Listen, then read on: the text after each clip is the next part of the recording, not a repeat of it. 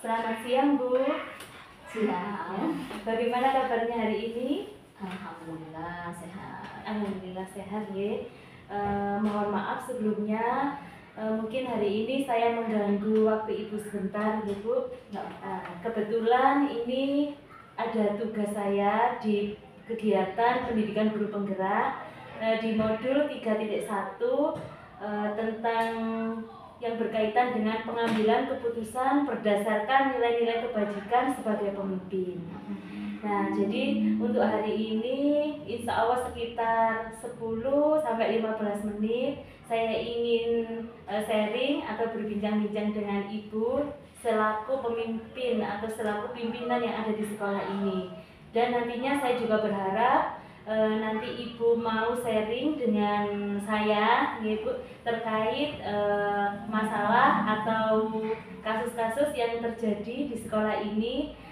Apa sih, bagaimana cara mengambil keputusan tentang kasus dilema etika, Bu, nggih? Monggo Ibu bersedia? Insya Allah. Ya. Kalau begitu, Bu, mohon itu diperkenalkan namanya dan juga asal lembaga Ibu bertugas. Assalamualaikum warahmatullahi wabarakatuh. Saya Dian Rusmaili. Alhamdulillah tahun ini diamanai untuk memimpin di UPT Satuan Pendidikan SDN Gelanggang 2 Meji.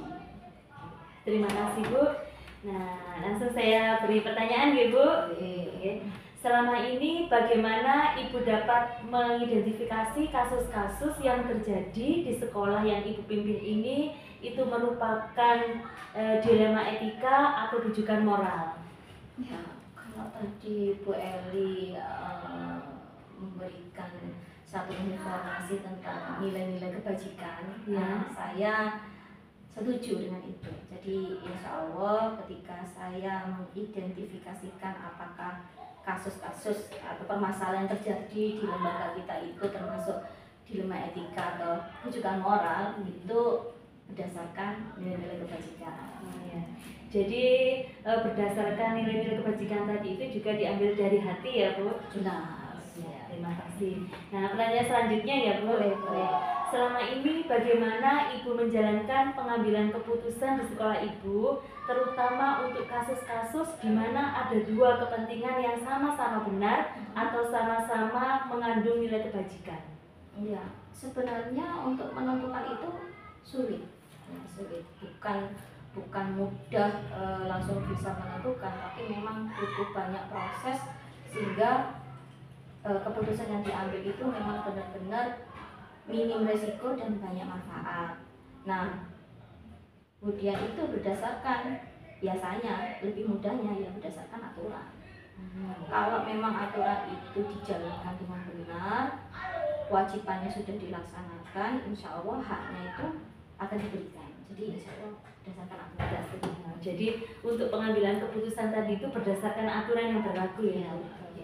Nah, untuk selanjutnya, Bu, langkah-langkah atau prosedur seperti apa yang biasanya Ibu lakukan selama ini untuk mengambil keputusannya? Biasanya Budian itu kan orang baru di sini, ya. Tidak mungkin Budian itu langsung kenal, tahu seluk-beluknya kalau tidak melalui asesmen diagnosis. Jadi Budian harus kenal, harus tahu latar belakang. Kalaupun ada masalah juga sama. Kemudian harus tahu ini sebabnya apa, permasalahannya apa, akar masalahnya seperti apa. Jadi harus diasesmen gitu. Jadi yang pertama kali itu melakukan asesmen, Bu, ya, untuk mengetahui latar belakang supaya tahu nanti akar masalahnya dari mana. Oh iya, benar. Nah, selanjutnya, Ibu, hal-hal apa saja yang selama ini Ibu anggap efektif dalam pengambilan keputusan pada kasus-kasus dilema etika? Selama ini kemudian lebih memilih untuk taat aturan. Kalau kita sudah ada peraturan yang mengatur kita bagaimana bertindak, bagaimana memutuskan, itu kita akan selamat karena kita sudah sesuai aturan, kita tidak melangkahi atau menyalahi aturan. Jadi yang Ibu anggap efektif tadi itu harus sesuai aturan, gitu ya. Selanjutnya Ibu, hal-hal apa saja yang selama ini merupakan tantangan dalam pengambilan keputusan pada kasus-kasus dilema etika? Kalau dilema etika itu kan berarti dua-duanya benar ya, dua-duanya benar. Ya, kalau kemudian ini mikirnya dampaknya nanti itu seperti apa. Kalau memang dampaknya itu jangka pendek, mungkin kita lihat minimal risiko yang kita ambil. Kalau kasus itu akan berdampak di jangka panjangnya, berarti kita harus memaksimalkan kebermanfaatan. Ya. Jadi Ibu akan mengambil keputusan itu dilihat dari luas dampaknya ya Bu ya. Dampaknya itu tentang jangka pendek atau jangka panjangnya tadi. Ya. Untuk pertanyaan yang keenam ini Bu, apakah Ibu memiliki sebuah tata cara atau jadwal tertentu dalam sebuah penyelesaian kasus dilema etika? Apakah Ibu langsung menyelesaikan saat itu juga, di tempat itu juga, atau memiliki jadwal penyelesaian yang lainnya? Dan bentuk atau prosedur apa yang Ibu lakukan? Kalau untuk penyelesaiannya ya dilihat urgennya masalah itu, memang apakah memang harus diselesaikan saat itu juga, atau memang masih bisa ditunda dengan alasan kita harus cari data-data biar ketika keputusan itu kita ambil itu kita tidak terlalu meminimalkan resiko. Untuk ada jadwal atau tidak itu tadi dilihat urgennya dan tata caranya. Ya biasanya dia nggak langsung memutuskan A, B, C, tapi ya kita cari latar belakangnya, apa masalahnya, asesmen diagnosisnya seperti apa. Jadi itu dulu. Jadi dilihat dulu ya Bu, permasalahannya itu urgent apa tidak, itu permasalahannya harus diselesaikan saat itu juga atau masih perlu pemikiran yang lebih dalam lagi. Selanjutnya Bu, adakah seseorang atau faktor-faktor apa selama ini mempermudah atau membantu Ibu dalam pengambilan keputusan dalam kasus-kasus dilema etika? Ya, perlu diketahui Budian kan termasuk baru di sini, baru setahunan lah. Dan Budian memang perlu percaya pada beberapa orang yang memang Budian anggap itu dia memiliki kontribusi yang positif. Ya, memiliki kontribusi yang positif. Yang pertama, yang kedua, dia juga memberikan informasi itu yang tidak memihak. Jadi dia hanya memberikan data, terserah nanti Budian ini melihatnya dari segi mana, pokoknya datanya seperti ini, informasi seperti ini. Nah, ya kemudian lebih senang kalau memang ada teman-teman guru ini yang mau gitu ya membagi informasi. Teman ya Anda. Jadi maksudnya Ibu tadi itu Ibu kan tadi baru di sini Ibu ya. Jadi kalau ini sudah lama kalau ini tahu informasi-informasi itu mencari teman yang mempunyai kontribusi positif seperti itu Bu ya. Kok bisa saya itu Bu tadi? Ya, kembali lagi ke nilai-nilai kebajikan. Kalau hati kita itu sudah terbiasa, misalnya kita menerapkan pada diri kita itu jujur. Kalau hati kita itu sudah terbiasa jujur dengan diri kita sendiri gitu, kita itu akan mudah untuk mendeteksi orang itu jujur apa enggak. Dan selama ini tuh kayak ada pembuktian gitu loh.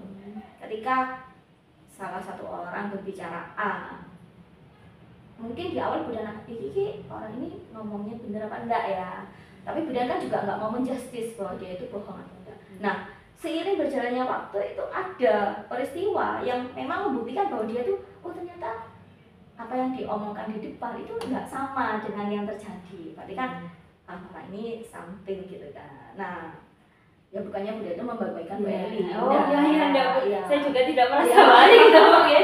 Tidak membagi-bagikan. Cuma selama ini ketika Bu Eli ngasih informasi ke Budian dan berdasarkan berjalannya waktu itu ya sama terbukti kalau Bu Eli bilangnya Bu ya. Amin. Kita niatnya kan dia itu. Kita niatnya untuk apa sih memberikan informasi yang salah? Kalau kita kasih informasi yang benar, yang positif, insya Allah keputusan nanti yang diambil dari data itu insya Allah juga benar. Iya, mudah-mudahan saja. Iya. Itu semua kan kita lakukan demi sekolah ini, Bu, nih, demi kebaikan sekolah. Terus kalau ada masalah memang enak kalau sharing juga. Tapi sharingnya juga kita melihat bagaimana, apakah dia suka berpihak kemana atau memang netral seperti itu, Bu, ya. Iya. Iya, terima kasih, Bu. Iya, netralitas yang terpenting dan juga demi murid kita, Bu, demi kebaikan sekolah kita. Ibu, terima kasih. Ini untuk yang terakhir, Bu. Dari semua hal yang telah disampaikan, pembelajaran apa yang dapat Ibu petik dari pengalaman Ibu saat mengambil keputusan dilema etika? Ya, berhubungan dengan masalah yang memang banyak berkaitan dengan sifat dasar manusia, itu memang membutuhkan apa ya, kayak sensor, kayak radar dalam hati kita. Nah, sensor atau radar itu kalau di hati kita sudah ada nilai-nilai kebajikan. Nilai-nilai kebajikan mana yang kita pilih? Ya, yang sesuai dengan agama dan kepercayaan kita. Karena kita yakin gitu loh, maksudnya memang ada kekuasaan yang lebih yang mengatur kita. Misalnya ujian ada masalah dengan guru A atau guru B, sebenarnya dia nggak mampu, jadi juga nggak tahu mereka itu punya masalah apa. Tapi ketika kita percaya bahwa setiap manusia itu punya permasalahan masing-masing, kita akan punya empati. Oh iya ya, guru ini tuh anaknya banyak, makanya dia nggak bisa menyelesaikan tugas pada waktunya. Atau guru ini sebenarnya pinter, tapi karena dia melabeli semua pekerjaan itu berdasarkan uang. Berarti oh iya kan, kalau nilai-nilai di hati ini itu sudah jadi wajar lah ini tidak bisa menyelesaikan karena ada keributan di keluarganya. Kalau ini mau bekerja kalau ada embel-embelnya.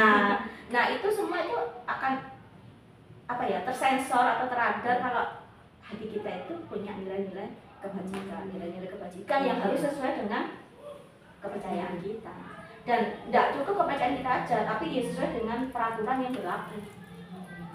Jadi pembelajaran itu sesuai dengan nilai-nilai kebajikan yang kita yakini, Bu, ya. Dan juga dari agama ada juga peraturan yang berlaku. Terima kasih, Bu, perbincangannya sangat menarik sekali dan mudah-mudahan sharing-sharing ini bisa bermanfaat untuk saya juga ke depannya. Dan semoga Ibu nanti, meskipun nanti ada barangkali, Bu, ya, ada masalah dilema etika atau apa, Ibu bisa menyelesaikannya dengan bijaksana. Dan sharing tadi itu mungkin juga bisa buat pembelajaran bagi saya untuk kedepannya, Bu. Terima kasih banyak dan mohon maaf sekali lagi mengganggu, Ibu. Terima kasih, Bu. Assalamualaikum warahmatullahi wabarakatuh. Waalaikumsalam warahmatullahi wabarakatuh.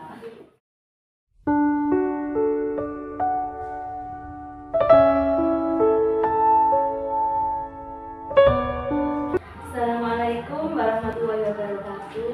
Waalaikumsalam warahmatullahi wabarakatuh. Selamat pagi, Bu. Selamat pagi, Bu Eli. Bagaimana kabarnya hari ini? Alhamdulillah sehat. Bu Eli, apa kabar juga? Alhamdulillah saya juga sehat. Sebelumnya saya mohon maaf, Ibu. Ya. Mungkin hari ini saya akan sedikit mengganggu waktu Ibu.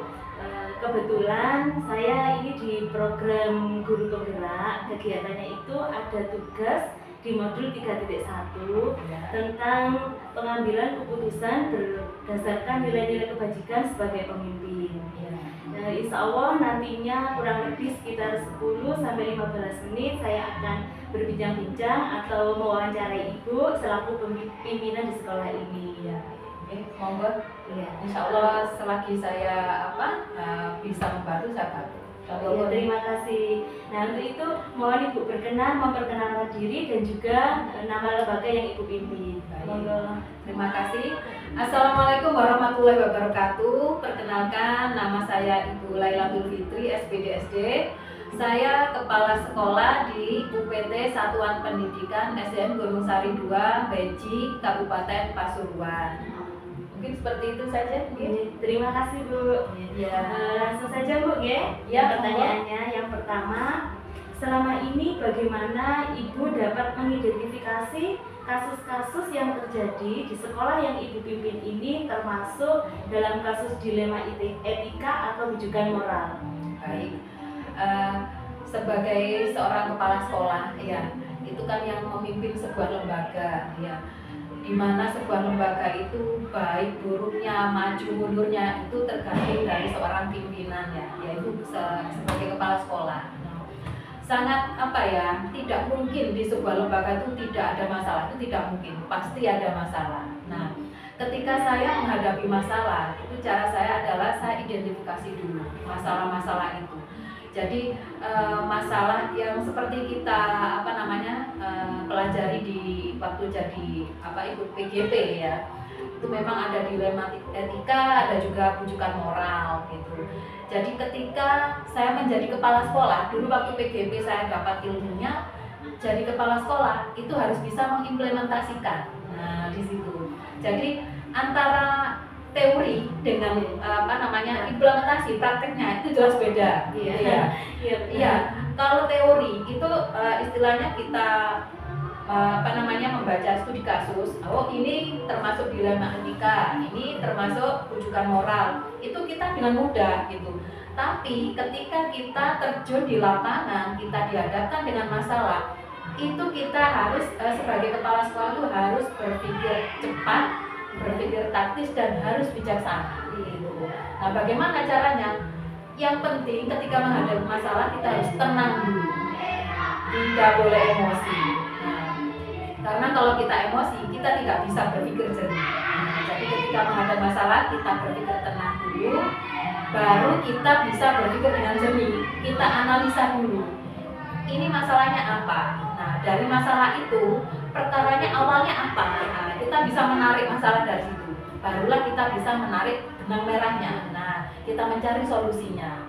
Nah, lagi-lagi ketika kita dihadapkan dengan yang namanya dilema etika, ya, itu kita tuh kadang bingung, ini benar, kecuali kalau ini benar ini salah, tapi sama-sama pemahaman kita sama-sama benar gitu. Nah, disitulah letak keterampilan kita sebagai kepala sekolah itu harus bijaksana, ya, di situ. Caranya bagaimana? Saya pilah-pilah lagi mana yang lebih meminimalisir kesalahan, meminimalisir konflik. Nah, itu baru saya putuskan. Mungkin itu kalau cara-cara saya dalam menghadapi masalah gitu. Jadi menurut Ibu, apa yang sudah pernah Ibu alami, awalnya Ibu mengidentifikasi dulu ya permasalahan apa, kemudian Ibu harus tenang dulu sebelum menyelesaikan itu, tenang, tidak gusar hatinya dan tidak terburu-buru. Kemudian menganalisa itu termasuk rujukan moral atau juga dilema etika. Dan nanti Ibu akan mencari juga solusi-solusi dengan yang penting itu jiwanya hatinya tenang dulu. Betul. Bagus sekali, betul. Memang benar Bu ya, teori itu tidak semudah nanti apa yang akan kita praktekkan. Betul sekali. Karena ketika di lapangan itu bahkan kadang ada hal-hal yang mengejutkan gitu loh. Yang mau nggak mau kita harus memutuskan secara cepat dan tepat. Nah, itu. Ya, terima kasih Bu. Untuk pertanyaan kedua ya Bu. Ya, mari. Selama ini bagaimana Ibu menjalankan pengambilan keputusan di sekolah Ibu ini, terutama untuk kasus-kasus di mana ada dua kepentingan yang sama-sama benar atau sama-sama mengandung nilai kebajikan? Ya, betul. Jadi bersama dengan pertanyaan awal tadi, ya, yaitu tadi saya identifikasi dulu antara dilema etika dengan rujukan moral. Saya klasifikasi, kemudian saya tarik kesimpulan mana yang harus saya prioritaskan dulu, gitu loh. Jadi ketika saya menghadapi masalah, yang pertama saya prioritaskan dulu masalah. Misalnya gini ya, ada masalah yang datang secara bersamaan. Saya pasti prioritaskan dulu masalah mana yang harus saya selesaikan dulu. Nah, ketika menghadapi masalah ini, antara rujukan moral dengan dilema etika, saya harus menganalisa dulu.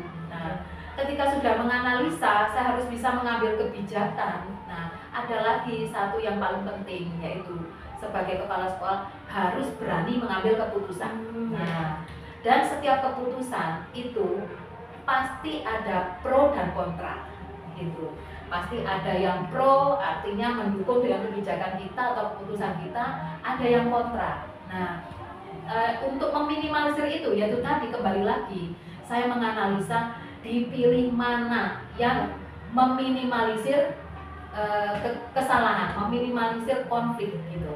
Mungkin itu kalau saya dalam mengimplementasikan ini ya dilema etika dan rujukan moral itu.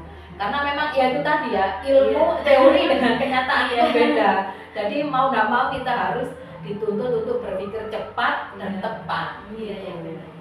Jadi menurut Ibu tadi, Ibu harus berani mengambil keputusannya ya, secara bijaksana sekali, dan kalau bisa meminimalisir tentang apa itu Bu tadi, terjadinya konflik. Ya, pokoknya. Jadi memang kepala sekolah itu sangat harus benar-benar Bu ya, harus berani mengambil keputusan, tapi tetap juga harus berpihak kepada ya murid guru yang penting untuk kepentingan sebuah lembaga gitu. Bukan untuk kepentingan pribadi ya. Benar. Benar sekali Bu. Hebat sekali jawabannya Bu ya. Nah, untuk selanjutnya langkah-langkah atau prosedur seperti apa yang biasa Ibu lakukan selama ini terkait pengambilan keputusan tadi? Ya sama sih tadi ya, untuk mengambil keputusan yang pertama ya tadi kita harus tenang dulu lah. Pokoknya kita harus ketika menghadapi masalah harus tenang. Dengan tenang kita itu pikiran itu bisa berpikir jernih. Kemudian kita analisa lagi. Setelah dianalisa, ambil keputusan yang paling minim konflik gitu. Dan yang terakhir harus berani mengambil kebijakan atau keputusan. Itu sudah langkah-langkahnya seperti itu. Misalnya saja kita sudah terlanjur ngambil keputusan, ya. Kemudian ternyata keputusan itu salah. Yang namanya kita pimpinan kan manusia, tidak luput dari salah. Misalnya saya mengambil keputusan salah, ya, dan sudah terlanjur dilaksanakan, itu pasti akan saya pikirkan ulang, saya kaji ulang, gitu. Tentunya saya tidak pernah menutup kemungkinan, saya selalu mendengarkan masukan-masukan dari rekan-rekan saya, dari guru-guru saya. Karena apa? Ada istilahnya kalau gajah di pelupuk mata tampak, tapi kuman di seberang lautan tampak. Nah, saya tidak anti kritik. Jadi setiap saya mengambil sebuah keputusan, pasti saya melibatkan guru-guru juga, gitu, untuk memberikan masukan ke saya. Tapi bukan berarti saya didikte. Jadi masukan-masukan itu sebagai sebagai referensi. Betul sekali, sebagai referensi bagaimana saya harus mengambil keputusan yang tepat untuk kepentingan lembaga ini, gitu. Jadi langkah-langkah yang sudah pernah Ibu lakukan, mungkin yang pertama Ibu harus tenang dulu, tidak terburu-buru, kemudian menganalisa dan harus berani mengambil keputusan. Dan keputusan itu kalau bisa yang sangat meminimalisir terjadinya konflik, dan juga bisa menerima pendapat-pendapat dari teman-teman. Ya, betul. Jangan sampai anti kritik. Iya, terima kasih Bu. Untuk selanjutnya Ibu, hal-hal apa saja yang selama ini Ibu anggap efektif dalam pengambilan keputusan pada kasus-kasus dilema etika? Pada kasus dilema etika, misalnya ya, saya dihadapkan terutama dari masalah guru ya.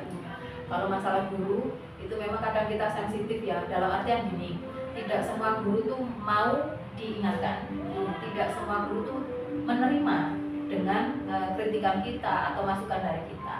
Nah, di situ cara saya yaitu gini, melakukan pendekatan secara emosional gitu. Kalau dengan guru ya, karena kalau dengan murid itu istilahnya kita lebih mudah, atau dengan wali murid. Nah, itu wali murid itu sama, saya menghadapinya wali murid dengan guru itu sama caranya. Saya harus melakukan pendekatan secara emosional dulu. Jadi kita itu harus mengoreksi di mananya dulu. Nah, itu kita menyampaikannya harus dengan halus, dengan bahasa halus, tapi ngena gitu loh. Mengena halus tapi mengena di dalam hatinya. Betul. Jadi kalau kita langsung main cosplem gitu, khawatir tersinggung tapi tidak efektif. Nah, jadi bahasa kita itu harus pelan dan efektif itu tadi, sekiranya bisa diterima.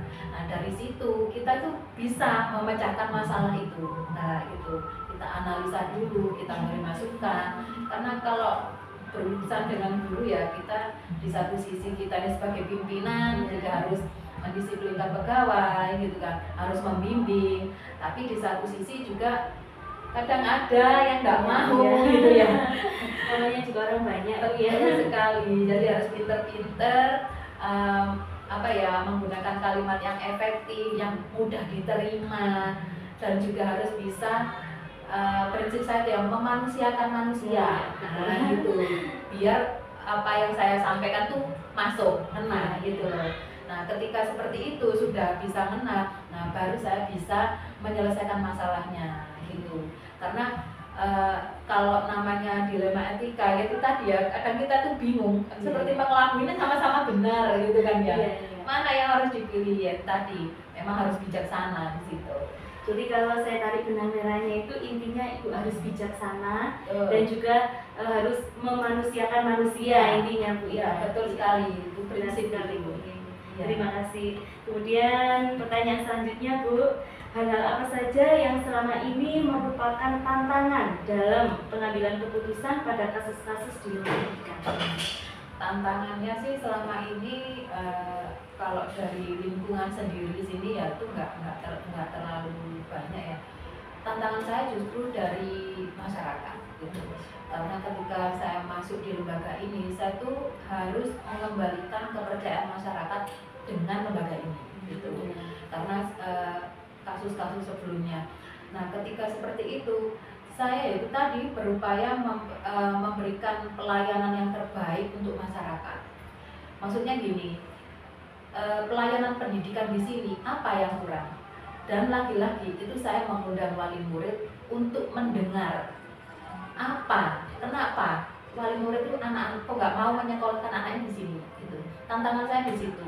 Ketika menghadapi masyarakat seperti itu, tantangan sekali buat saya, ya, karena tidak serta-merta masyarakat bisa kadang menerima kita punya program, kita share ke paguyuban, ke wali murid, tidak serta-merta. Kadang tidak menghiraukan. Betul sekali. Bahkan bukan satu kali dua kali, saya juga pernah istilahnya dikritik oleh wali murid gitu. Tapi ya nggak apa-apa, namanya kritikan. Semakin saya dikritik, saya semakin semangat untuk membenahi. Nah, jadi kritiknya di mana? Oh, itu berarti yang harus saya benahi gitu. Jadi ketika saya berhadapan dengan wali murid, yang pertama kali saya lakukan adalah saya harus mendengarkan dulu apa kelemahan dari lembaga ini gitu. Ya alhamdulillah wali murid mau bercerita kenapa ada sekolah di sini, itu bisa saya tampung, saya akomodir masukan-masukan dari wali murid. Dan itu tantangannya apa? Saya harus membenahi di sektor-sektor tertentu gitu loh ya. Dan tidak serta-merta juga kan wali murid mensupport, itu tantangannya di situ. Lagi-lagi ya itu tadi komunikasi yang efektif itu yang sangat penting gitu. Jadi selama ibu di sini tadi itu tantangan terbesar itu dari wali murid untuk mengembalikan kepercayaan wali murid supaya anaknya sekolah di sini. Itu juga tantangan sangat berat Bu ya.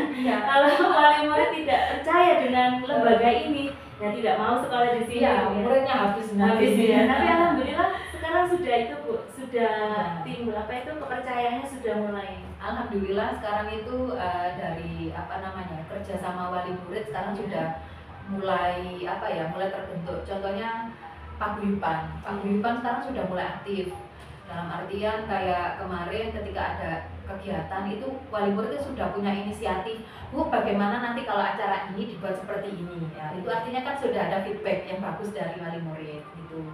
Kemudian selain itu juga alhamdulillah tahun ajaran baru ini kita ada peningkatan siswa. Alhamdulillah ya. Meskipun sedikit tapi itu sangat berarti bagi kita. Karena kan awalnya itu mereka sudah tidak percaya ya Bu. Betul. Karena menurut saya ya pencapaian dari seseorang itu kan beda-beda ya tarafnya. Katakan orang merasa puas dengan pencapaian 10. Bahkan ada juga yang pencapaian 1 pun itu merasa bangga. Karena apa? Karena perjuangannya. Nah, gitu. Jadi ya tadi tolak ukur dari mencapai kesuksesan dari setiap orang kan beda-beda. Tapi buat kami kenaikan 3 murid itu sudah sangat berarti. Sangat luar biasa ya Bu. Ya. Yang seperti tadi apa itu wali murid sudah percaya dulu. Ya, betul. Insya Allah nanti tahun-tahun kedepannya itu mungkin tambah meningkat lagi. Amin, Ya. amin. Mudah-mudahan saja ya Bu ya. Kalau saya lihat ini tantangannya memang besar Bu. Kalau sama guru mungkin agak bisa, Ya, tapi baik-baik kalau saja. wali murid itu memang sangat luar biasa Ya, betul tantangannya. sekali. Maaf Bu ya untuk selanjutnya Ya, pertanyaannya. monggo. Apakah Ibu memiliki sebuah tata cara atau jadwal tertentu dalam sebuah penyelesaian permasalahan dilema etika tersebut? Apakah Ibu langsung menyelesaikan seketika itu atau memiliki jadwal yang perlu Ibu susun untuk menyelesaikannya? Bentuk atau prosedur seperti apa yang Ibu lakukan? Saya tuh tipenya gini, memang nggak suka masalah berlarut-larut ya. Jadi begitu ada masalah, langsung saya tangani, saya identifikasi ya tadi, harus dengan pikiran tenang, harus saya identifikasi, harus saya selesaikan. Kenapa? Kalau tidak saya selesaikan, saya tuh kepikiran, sampai rumah kepikiran. Nggak bisa tidur Iya, ya. jadi energi saya jadi Iya. terkuras gitu loh. Terus untuk memikirkan Betul ya. sekali. Tapi ketika kita menghadapi masalah yang agak besar atau mungkin masalah besar, itu tidak bisa langsung saya selesaikan seketika itu juga. Karena apa? Saya harus berhati-hati dalam pengambilan keputusan gitu. Jadi saya lihat skala permasalahannya. Kalau selagi permasalahan itu menurut saya itu bisa saya selesaikan dengan cepat, langsung saya selesaikan. Tapi kalau masalahnya itu agak besar, saya analisa dulu. Saya harus berpikir tenang dulu. Saya bolak-balik ya itu tadi ya dilema etika. Supaya tidak Meminimalisir salah. konflik, betul sekali. Meminimalisir konflik dan saya harus bisa mengambil keputusan dan bijak. Iya, Itu mungkin dari saya. Ya, jadi kalau menurut Ibu tadi sesuai dengan pengalaman, jadi kalau memang masalahnya itu, kalau Ibu menurut Ibu sendiri kan harus cepat terselesaikan, tapi tetap dengan hati yang tenang. Kalau masalahnya urgent mungkin Bu ya itu harus cepat diselesaikan. Tetapi kalau memang masalahnya agak berat dan juga perlu pemikiran lebih matang dan mendalam, mungkin Ibu akan memikirkan lagi dengan hati yang tenang dan juga supaya bisa benar-benar meminimalisir konflik yang terjadi. Betul sekali. Iya, ya. Sangat hebat sekali Bu ya. Dan juga saya rasa ini tantangannya juga cukup besar ya jadi kepala sekolah ya. Ya, Ketinggalan. dinikmati saja. Dinikmati saja. Mudah-mudahan apa yang Ibu lakukan ini menjadi amal buat Amin, Ibu. amin ya rabbal alamin. Selanjutnya Bu, adakah seseorang atau faktor-faktor yang selama ini mempermudah atau membantu Ibu dalam menyelesaikan permasalahan dilema etika tersebut? Iya. Jadi yang paling apa ya? Masukan yang paling saya dengar selama ini itu memang yang jelas dari rekan-rekan guru. Kenapa? Karena guru ini adalah partner saya. Ya, partner saya kepalanya, guru ini badannya gitu loh. Jadi terutama guru-guru yang sudah senior gitu. Karena guru-guru yang sudah senior bukan berarti saya meremehkan guru yang junior, tidak. Dalam artian gini, guru senior itu bagaimanapun juga pengalamannya lebih banyak gitu. Jadi ketika saya menghadapi masalah itu pasti saya minta masukan dulu dari guru yang senior. Guru yang senior itu karena berdasarkan pengalaman yang banyak tadi, kadang sharingnya ke kita itu kalau misalnya seperti ini Bu, nanti jadinya seperti ini. Nah, tapi saya juga tidak menutup kemungkinan saya juga minta masukan dari guru-guru junior. Karena guru-guru junior itu yang muda, itu yang pikirannya masih fresh, itu kadang punya ide-ide yang cemerlang, ide-ide yang bagus. Betul sekali. Jadi saya sangat menghargai setiap masukan dari rekan-rekan saya. Jadi selama ini yang membantu saya dalam pengambilan keputusan yaitu tadi dari rekan-rekan saya. Karena bagaimanapun juga ini partner saya ini, gitu. Mungkin Jadi apa itu yang membantu dalam menyelesaikan apapun konflik yang di sekolah ini, Ibu mempunyai partner ya guru di sini sendiri Bu ya, karena Ibu sebagai kepala tidak mungkin berjalan sendiri tanpa adanya badan tadi. Badannya juga rekan-rekan guru. Terus ada lagi saya juga biasanya minta masukan dari komite, ketua komite dan juga ketua paguyuban.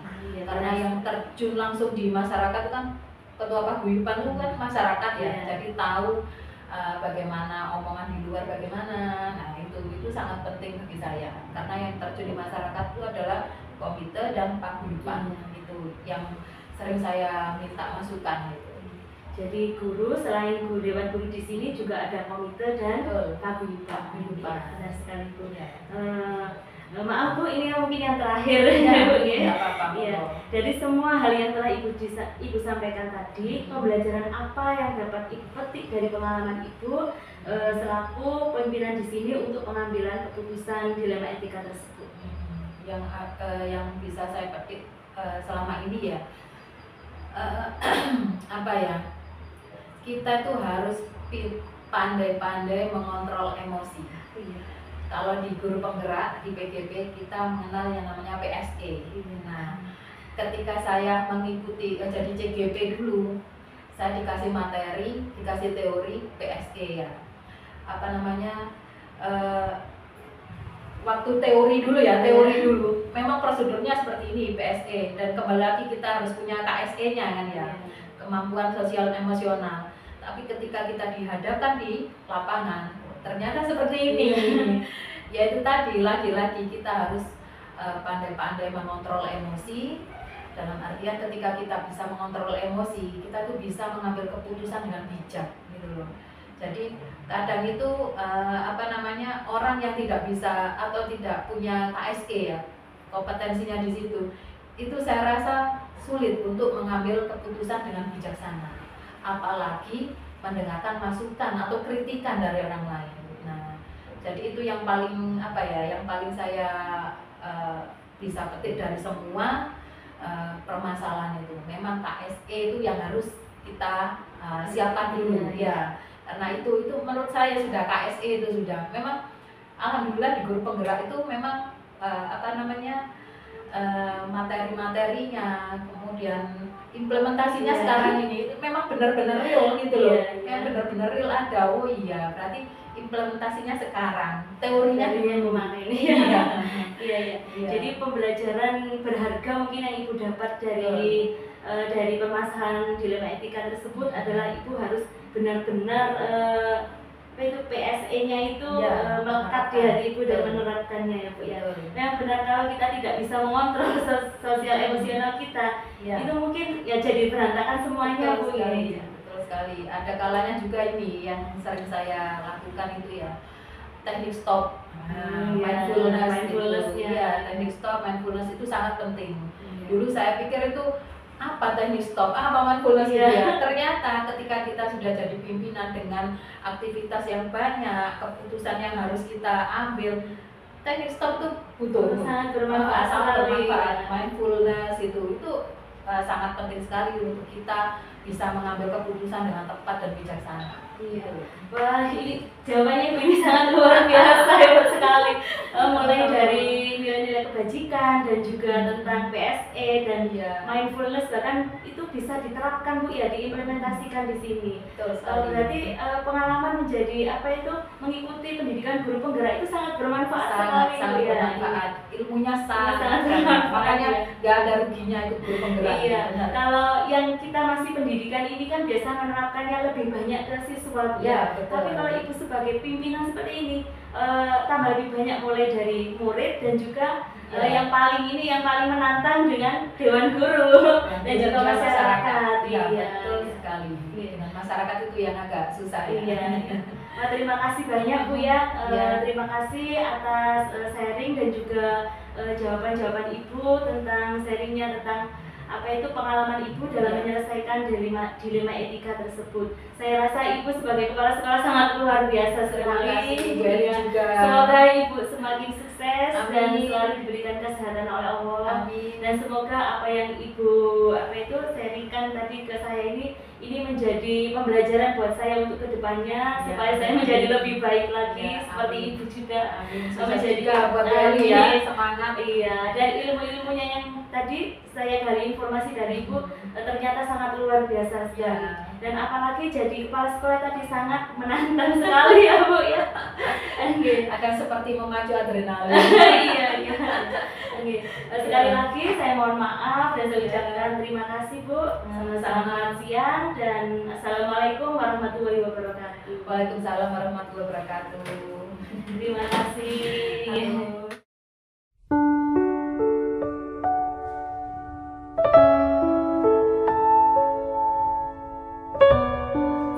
Assalamualaikum warahmatullahi wabarakatuh. Waalaikumsalam warahmatullahi wabarakatuh. Selamat pagi Bu.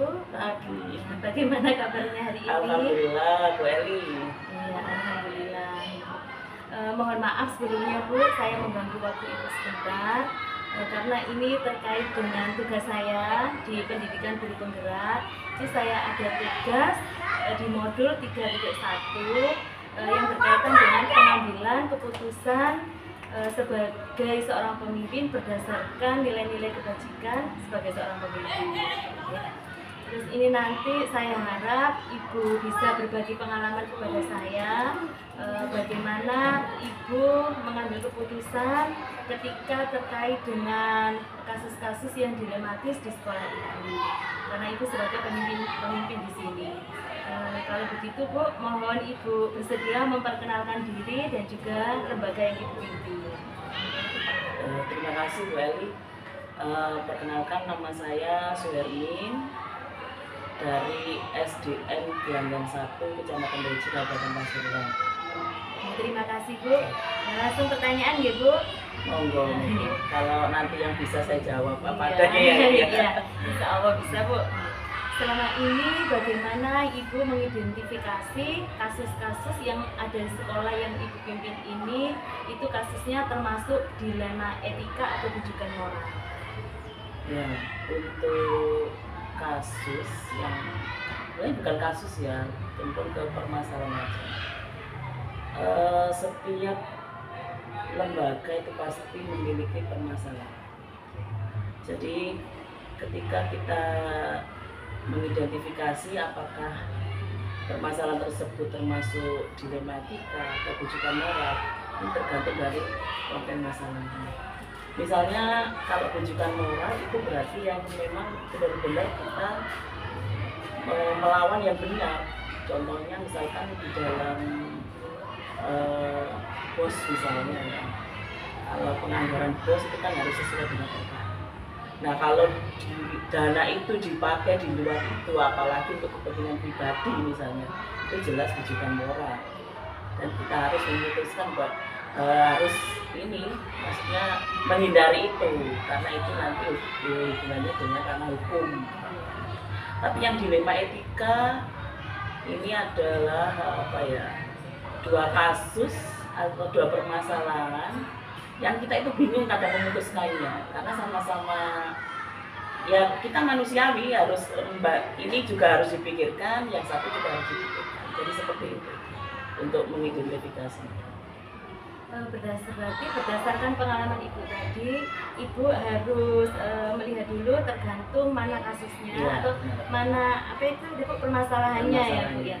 Kalau itu rujukan moral berarti ada yang memang salah, ada yang benar. Ya. Tapi kalau untuk dilema etika itu berarti dua-duanya sama-sama benar. Tapi Ibu harus memilih salah Ya, satu. kita harus bisa menganalisis permasalahan. Terima kasih Bu.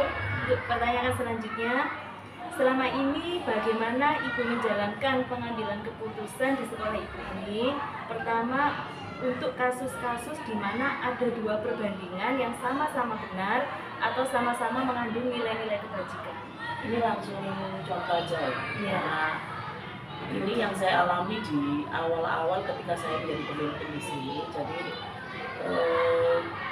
saya melihat di jam ekstrakurikuler. Sebenarnya ekstrakurikuler itu kan memang harus dilakukan di luar jam pembelajaran, kan? Yang benar aturannya kan seperti itu, biar kita nggak mengurangi haknya anak dalam belajar di dalam intrakurikuler itu sendiri. Nah, tetapi di sini yang sudah terjadi di sini, ini ekstrakurikulernya ada yang pagi jam pertama, kemudian jam 10 gitu ekstra pramuka bagian pagi. Jadi terus saya amati beberapa kali, kenapa sih kok seperti ini? Oh ternyata memang kalau jam 1 atau jam 12 lebih itu anak-anak di sini sudah ngaji. Kegiatan TPQ di sini sudah dibuka. Jadi saya berusaha gimana ya biar anak-anak itu tetap ngajinya juga tetap, terus ekstranya juga jalan, tapi nggak mengurangi hak mereka di dalam jam pembelajarannya. Akhirnya setelah saya analisis kasusnya atau permasalahannya beberapa kali, kalau memang guru ekstranya itu ternyata ada yang tidak bisa di jam siang, terus ada kendala anaknya kalau di jam siang, wali muridnya yang protes karena waktunya ngaji. Jadi ini antara sekolah dengan masyarakat sekitar, jadi apa ya, individu dan masyarakat kan. Jadi kita harus sama-sama jalan akhirnya. Oh ya sudah, kalau begitu tetap ekstra bisa masuk, saya masukkan tetap di jam pelajaran, tetapi konsekuensinya saya tambah. Jadi gurunya saya tambah, jam pembelajarannya pulangnya Pak lebih ditambah setengah jamnya lah, paling tidak setengah satu, untuk mengganti jam ekstra itu tadi. Jadi anak-anak tetap nggak kehilangan jam pelajarannya, yang ngajinya juga tetap jalan. Itu yang pertama saya alami di sini. Sebenarnya banyak untuk masalah dilema ya gitu. Yang baru-baru ini misalnya UTS ya. UTS ini kita ini sudah ditutup merdeka dan ditutup untuk membuat soal sendiri, tapi kita masih ada regulasi untuk apa ya? Kita harus ngikut ke organisasi lah, biar apa ya, guru-guru di sini mungkin nggak semua lembaga itu mampu, masih belum terbiasa lah mampu untuk membuat soal sendiri. Akhirnya kan dikumpulkan jadi satu. Itu dilema juga sebenarnya bagi saya pribadi. Saya harus ngikut kecamatan apa buat sendiri. Nah akhirnya dua-duanya harus jalan kan. Di kecamatan juga jalan, saya ikut sana, di sini juga kan. Makanya dari kecamatan kita edit sendiri biar guru-guru juga punya hak. Saya ngajarnya sampai di sini batasannya, tapi kalau di sana terlalu luas, kenapa kita edit? Jadi tetap nggak merugikan dua-duanya. Itu mungkin yang satu lagi mungkin Mbak ini yang sering terjadi ya di sekolah, tentang anak yang jarang masuk, broken home, terus hampir putus sekolah lah. Ini benar-benar terjadi di sini, udah cuma beberapa bulan, 3 bulanan lah paling enggak. Satu siswa itu ternyata dia broken home, nggak pernah sekolah sampai kapan. Nah ini terus gimana, diapakan anak ini? Kalau mau dilanjut anaknya sudah nggak ada, maksudnya itu sudah dibawa orang tuanya, mau diputus kita juga nggak bisa karena sudah dapetiknya sudah terikat di sini istilahnya. Jadi tidak ada informasi sama sekali dari anak. Nah, akhirnya kita kan cari informasi kan, sekolah nggak langsung memutus gitu aja, nggak langsung cari informasi. Ternyata anaknya ini pindah ke luar kabupaten. Nah, terus kita tanya gimana enaknya. Nah ternyata di sana juga harus sekolah kan, paling tidak anak itu harus cari sekolah lah yang benar-benar. Nah akhirnya di antara 3 bulan sampai 1 tahun itu kan kita dapat nilai dari mana. Akhirnya kan kita kasihan juga kalau anaknya nggak sekolah. Jadi peraturan lawan Iya, kasihan. iya keadilan. Kalau nggak adil juga kan bagi kita, anak ini nggak sekolah kita berikan nilai. Tapi kita kasihan juga kalau anak ini nggak sekolah. Jadi ya kita ini aja pakai daring benar. Nah, dikasih soal-soal aja, bisa nggak untuk mungkin. Akhirnya bisa ada nilai ya Bu. Ya. Jadi ya akhirnya ya kita naikkan, tapi konsekuensinya dia bisa sekolah di sana dan keluar dari sini. Oh iya. Itu sebenarnya. Dan banyak sekali masalah-masalah dari itu. Memang itu tantangan untuk kepala sekolah. Ya, memang harus bisa memutuskan yang nanti dampaknya itu enggak seketika itu, tapi kayak anak ini tadi kan dampaknya bisa panjang. Seperti itu. Jadi kalau saya tarik benang merah Bu ya dari pengalaman Ibu tadi, kalau ada kasus atau peristiwa dilema etika itu harus tetap mempertimbangkan benar-benar mana yang baik yang harus diputuskan. Yeah. Sebagai seorang pemimpin seperti itu, dan Ibu juga harus memikirkan jangka panjangnya untuk untuk permasalahan tersebut untuk bisa diselesaikan tadi. Betul. Terima kasih Bu. Untuk selanjutnya ya Bu, hal-hal apa saja yang selama ini Ibu anggap efektif dalam pengambilan keputusan pada kasus-kasus dilema etika? Ketika masalah itu harus segera diputuskan, itu saya biasanya berkonsultasi kepada guru yang berpengalaman atau berdiskusi lah. Kalau misalkan itu masih ada waktu untuk kita memerlukan waktu untuk ini ya, mendengar berbagai pendapat dari para guru, mungkin kita diskusi melalui rapat dengan guru itu yang sama. Tapi kalau memang keputusan itu sekiranya para guru nanti tidak bisa memberikan masukan dan segera harus diputuskan, ya saya sendiri biasanya. Tapi itu jarang sekali.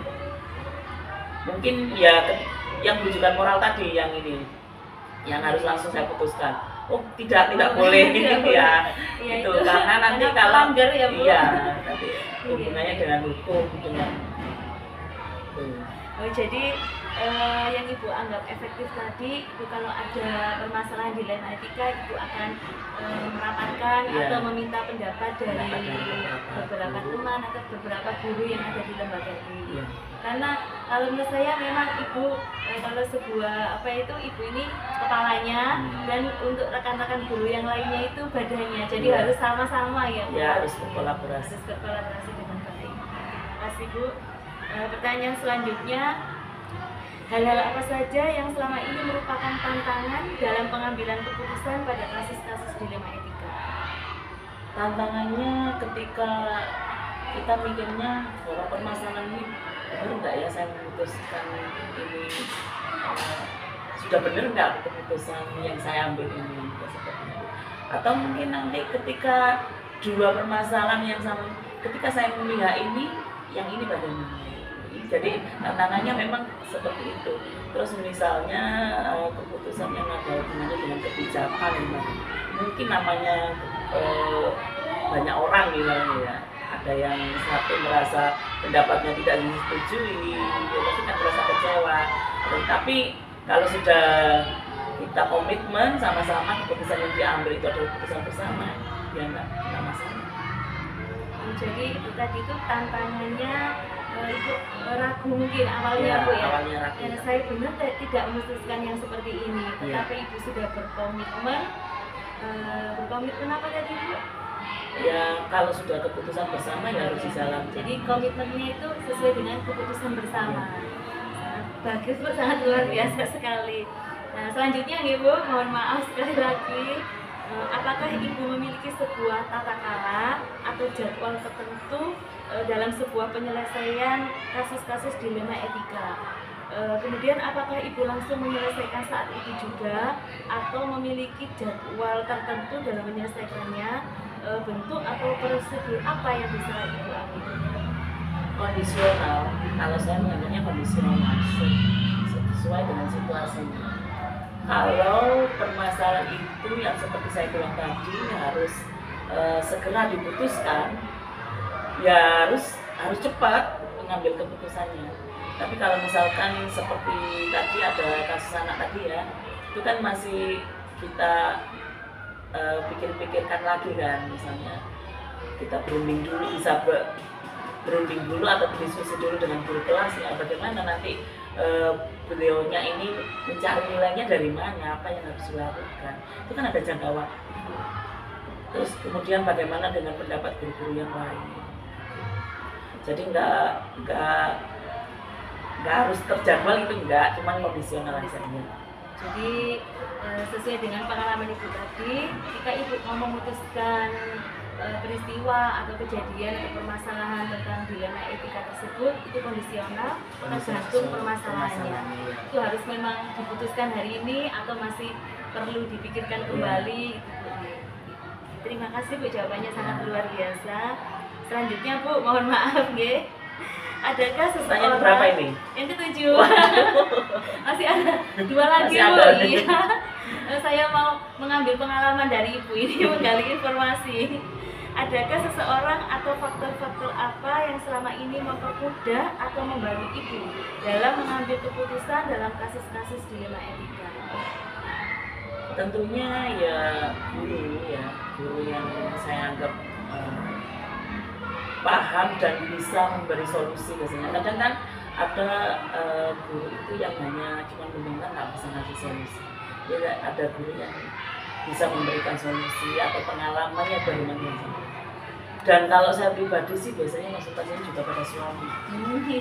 Ya, karena suami saya itu saya anggap lebih dewasa. Ketika saya mengalami permasalahan seperti ini, dampaknya nanti bagaimana itu biasanya suami saya selalu memberikan gambaran atau paling nggak pandangan ke depan lah, kalau ini dampaknya nanti seperti ini. Tapi ya nggak semuanya, mungkin permasalahan tertentu yang bisa dipahami lah kalau dengan tentang sekolah, bukan masalah keluarga ya. Iya. Itu juga biasanya saya konsultasikan dengan suami juga. Atau bisa juga dengan teman, mungkin K3S saya, kalau saya seperti ini bagaimana, atau biasanya ke teman dekat, mungkin Dian itu biasanya Teman yang akrab ya. Jadi ada enak diajak bicara mungkin. Bisa juga dengan siswa, ketika saya harus memutuskan ini, siswa pernah saya, kamu kalau misalkan ada kegiatan semacam ini, kamu suka nggak? Biasanya siswa juga saya terlibatkan gitu. Kita melibatkan siswa. Ya, sering saya melibatkan siswa. Karena mereka juga kan punya hak juga. Oh, jadi sesuai dengan pengalaman ibu tadi, faktor-faktor yang mempermudah ibu dalam mengambil keputusan dilema etika itu bisa dengan guru yang ibu anggap tadi bisa memberikan masukan-masukan, dan juga bisa konsultasi ke K3S, dan juga dengan teman gitu, sama teman yang mungkin enak diajak ngobrol atau menyelesaikan masalah. Dan tadi Bu, yang saya dengar juga ibu tadi minta pendapat sama suami. Iya. Jadi memang kalau sudah berumah tangga itu suami itu bisa jadi partner kerja dan juga partner hidup ya Bu. Iya. Tapi kalau memang benar Bu, kalau ada dukungan dari suami itu memang insya Allah Kita jalan lebih kita mantap gitu. lebih mantap, dan juga insya Allah itu dapat solusi yang lebih bagus. Tapi saya rasa itu juga sangat luar biasa. Ini loh ya, tapi nggak semua suami juga bisa paham. Iya. Kadang-kadang kan suami-suami yang cuma itu permasalahanmu, ya udah kamu terus gitu. Tapi alhamdulillah ibu mendapatkan suami yang mensupport istilahnya. Iya. Sangat luar biasa. Sangat enak jadinya Bu ya. Jadi meskipun ketika ada permasalahan di rumah bisa konsultasi lagi dengan suami. Nah, yang terakhir ini Bu, mohon maaf. Pertanyaan yang ke-8 dan yang terakhir insya Allah. Dari semua hal yang telah disampaikan, pembelajaran apa yang dapat ibu petik dari pengalaman ibu untuk mengambil keputusan dilema etika? Pelajaran yang bisa saya pakai dilema etika itu tentunya tanggung jawab. Tanggung jawab sebagai seorang pemimpin harus bisa memutuskan yang benar-benar nanti dampak jangka pendek atau jangka panjangnya itu benar-benar bisa dipertanggungjawabkan. Kemudian kolaborasi dengan tadi itu rekan sejawat, karena kita kan nggak bisa memutuskan sendiri. Ya mungkin juga tadi bisa melibatkan komunitas juga, kadang orang tua juga yang karena kita nggak bisa juga memutuskan sendiri. Kemudian apa lagi ya, komunikasi tentunya, komunikasi positif ya, komunikasi positif. Kalau kita bisa mengkomunikasikan permasalahan kita yang enak dengan siapapun, pasti mereka nanti juga akan ikut merasa bertanggung jawab dengan hasil keputusan itu. Jadi tanggung jawab, kolaborasi, dan komunikasi. Jadi pembelajaran yang dapat ibu petik dari semua permasalahan yang pernah ibu hadapi di sekolah ini itu, yang pertama tanggung jawab sebagai seorang pemimpin gitu. Itu tanggung jawab itu sangat besar kalau saya rasa Bu ya. Tapi mudah-mudahan ibu tanggung jawabnya sangat luar biasa sekali kalau menurut saya. Kemudian ibu harus tetap kolaborasi dengan guru, kemudian dengan komite, dan juga dengan wali murid gitu ya, paguyuban tadi itu. Kemudian yang ketiga yang saya dengar tadi juga Ibu harus selalu berkomunikasi yang positif dengan semua tim. Ya, saya rasa ini sangat bermanfaat sekali Bu, sangat luar biasa Ibu sebagai pemimpin di sini. Nah, alhamdulillah untuk wawancara saya sharing hari ini sudah selesai. Saya mohon maaf sekali lagi ya Bu ya. Mudah-mudahan Ibu tetap sehat, tetap sukses atau bertambah sukses di menjadi pemimpin di SD ini, dan ini mudah-mudahan juga nanti bermanfaat bagi saya ke depannya ya Bu. Itu sangat bermanfaat. Iya. Karena apa ya, pendidikan guru penggerak ini kan memang dipersiapkan untuk calon-calon pemimpin. Jadi apapun yang dipelajari itu pasti sangat bermanfaat dan Mudah-mudahan saja, amin. harus diimplementasikan nanti. Bismillah ya Bu. Oke. Kalau melihat dari pengalaman Ibu tadi tentang penyelesaian dalam kasus dewan etika itu, saya rasa sudah sangat luar biasa, dan juga apa ya, ilmu yang didapat itu mudah-mudahan dan pasti bermanfaat untuk saya dan juga Ibu, semoga tambah sukses ke depannya. Terima kasih Bu ya. Sama-sama. Assalamualaikum warahmatullahi wabarakatuh. Waalaikumsalam warahmatullahi wabarakatuh.